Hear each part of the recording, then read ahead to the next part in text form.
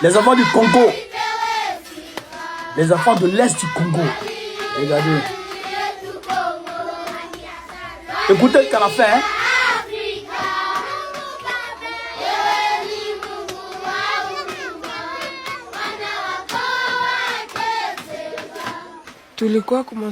Quand la guerre a éclaté, nous étions à l'école. Nous avons tous fui. C'est alors qu'un de nos voisins est venu me dire « Janvier, prends tes frères et sœurs et suis-moi. Ne rentre pas dans la maison, fais vite. Il faut partir parce que les tirs se rapprochent du village. » Nous avons donc pris la route de Goma parce que les tirs se rapprochaient. Moi aussi, j'étais à l'école. Nous avons entendu les tirs et nous avons fui. Là où il y a un chemin qui mène vers le Rwanda, j'ai perdu la trace de mes parents.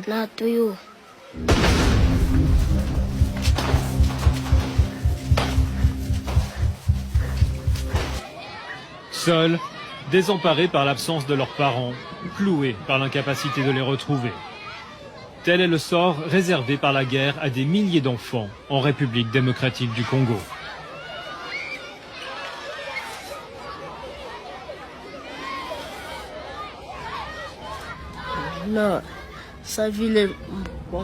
C'est très difficile. Par exemple, tu as ta mère, après vous vous perdez et vous êtes séparés.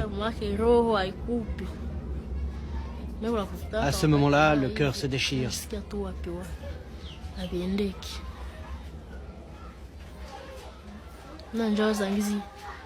Il arrive des moments où je me sens mal. Ça ne va pas. Je me demande où sont mon père et ma mère. Ça me préoccupe beaucoup parce que j'ai les petits. Et ils me demandent où sont nos parents. Ça me préoccupe beaucoup.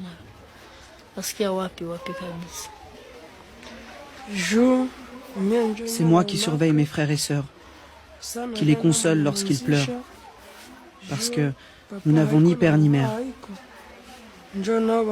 Maintenant, ils se sont habitués à moi.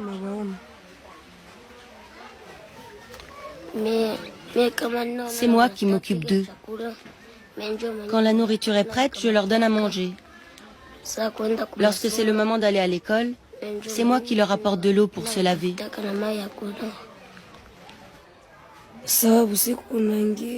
Quand la nuit vient, les enfants manquent de place pour dormir. Ils pleurent beaucoup, je n'arrive pas à les consoler.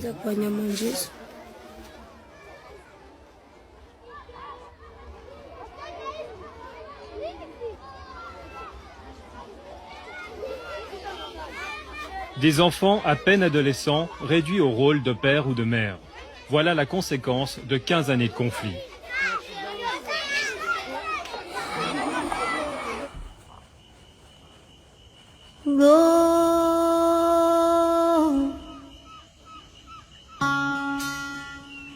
La RDC est le troisième pays le plus vaste d'Afrique. 65 millions d'habitants, un débouché sur l'Atlantique et à sa frontière orientale, le sud et le nord Kivu. C'est la région frontalière des Grands Lacs, au sol riche et convoité.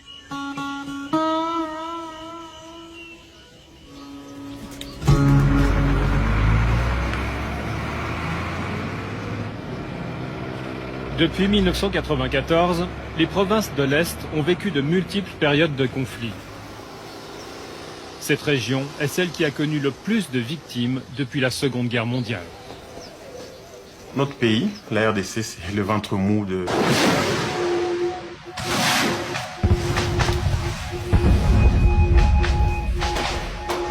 En août et octobre 2008, la guerre a une fois encore provoqué l'éclatement des familles congolaises.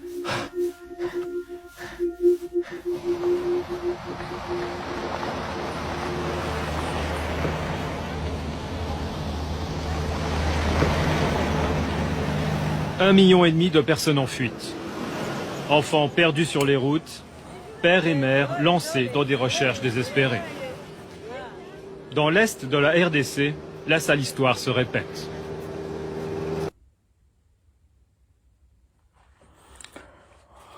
Camarades, vous avez suivi la vidéo, je pense qu'avec émotion. savez, en politique, l'émotion n'a pas sa place. Il faut pouvoir tenir l'émotion et puis t'exprimer. Voilà, donc, le conflit qui a fait plus de victimes depuis la Deuxième Guerre mondiale. On ne parle pas de la première, on parle de la Deuxième Guerre mondiale. Plus de 15 millions de morts. Les gens pensent que ça date depuis... Nous, on n'était pas encore des mois, on était nés.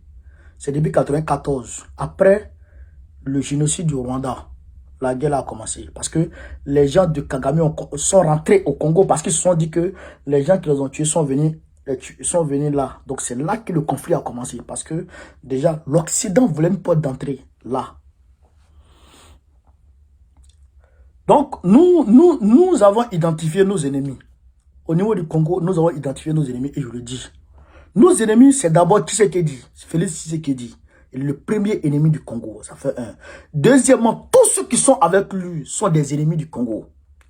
Ça, c'est une réalité. Troisièmement, je dirais, bon, Tshisekedi et sa clique, c'est eux les premiers ennemis. Deuxième ennemi du Congo, c'est l'Occident. L'Occident. Troisième ennemi, c'est Kagame. Kagame n'est même pas deuxième ennemi du Congo. Parce que Tshisekedi et Kagame sont amis, sont ensemble. Ils mangent ensemble la nuit. Ils se partagent le butin ensemble la nuit. Voilà. Pendant ce temps, le peuple congolais est dans la misère. Les enfants cherchent leurs parents. Des milliers d'enfants cherchent leurs parents. Et pendant ce temps, Fally Ipupa est le chantre de ces démons. Ces démons des démons producteurs, je dirais, faiseurs d'orphelins en cascade au Congo. Ceux-là même qui donnent les armes à Kagame pour tuer les enfants. Qui donnent les armes à Kagame pour créer des orphelins. Des futurs criminels. Frère, quand tu nais dans la guerre, tu grandis dans la guerre, tu deviens quoi? Tu deviens d'office un soldat, tu te lèves ou non. Ces enfants désemparés, qu'est-ce qu'on leur propose comme avenir demain? Des adolescents qui s'occupent les ONG ne vont pas là-bas. Pendant que les nourritures pourrissent dans les comment dirais-je, dans les poubelles en France ici, les ONG ne vont pas là-bas. Camarades peu d'Afrique. Ces enfants-là sont dans... Vous les avez vus, non? Vous les avez vus comment ils sont, non? Ah ouais. Donc, c'est-à-dire que nous, c'est pourquoi j'ai dit, Fally Ipupa, son conseil là, nous, on n'est pas d'accord avec ça.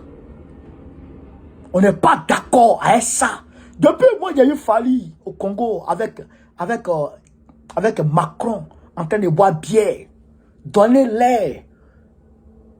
Comme au Congo, tout va bien. Donner l'air qu'au Congo, tout va bien. Automatiquement, moi, je le classe. Je le classe. Donc, nous voulons manifester. La première, c'est que le premier objectif de notre manifestation, c'est quoi? Ça, il faut que les gens comprennent ça. Le premier objectif de notre manifestation, c'est quoi? C'est pas la personne de Fally qu'on vise, non. On n'a rien à voir avec la personne de Fally. C'est que le problème du Congo fasse bruit d'abord. Le problème du Congo, là, comme on n'en parle pas assez, on veut que ça fasse beau, que les gens en parlent. Parce que Fally n'en parle jamais dans ses concerts. Donc, on veut aller en parler. On veut que les enfants, là, ils aient de l'espoir à travers le monde. Quand on parle d'eux, que les gens sentent, que les gens à travers le monde comprennent. Il y a beaucoup qui ne comprennent pas. Ils disent le Congo, c'est riche, mais c'est pauvre. Le gouvernement n'est pas bon, etc. C'est ce qu'on apprend aux gens à l'école ici. Donc, nous c'est notre voix comment dirais-je, qui sera utilisée là-bas à la défense. Donc, j'invite tous les Africains, pas seulement les Congolais, tous les Africains à nous rejoindre là-bas devant You Arena. Prenez la ligne A, vous arrivez à la défense, vous descendez, 3 minutes de marche, vous êtes à You Arena, vous allez nous voir là-bas. On a déjà fait nos demandes d'autorisation de manifestation, tout est propre. C'est dans la légalité que nous allons manifester. Dans la légalité absolue que nous allons manifester. Donc, n'ayez pas peur de rien. Allons, on va se battre pour que la voix des enfants là soit entendue. Tshisekedi, c'est pas la peine. Tshisekedi, c'est pas la peine. Il s'arrête là pour faire des discours fantaisistes, tel un bonobo narcissique, gueuler dans le vide. Et parce que nous, on a le temps d'écouter ça. Pourquoi tu ne traduis pas tes discours que tu ponds, tes synapses que tu ponds à partir de ta sale gueule là? Pourquoi tu ne traduis pas ça en acte concret? Oh, le Mali, Assimi Goïta n'a même pas parlé, il n'a même pas bavardé. Il dit, je ne veux plus l'aménagement, c'est fini. Je ne veux plus l'armée française, c'est fini. Mais toi, tu tues le peuple qui manifeste contre l'ONU, la MONUSCO. La MONUSCO qui est amie des terroristes du Rwanda, qui arme les terroristes du Rwanda, qui leur donne l'argent, qui leur donne les équipements.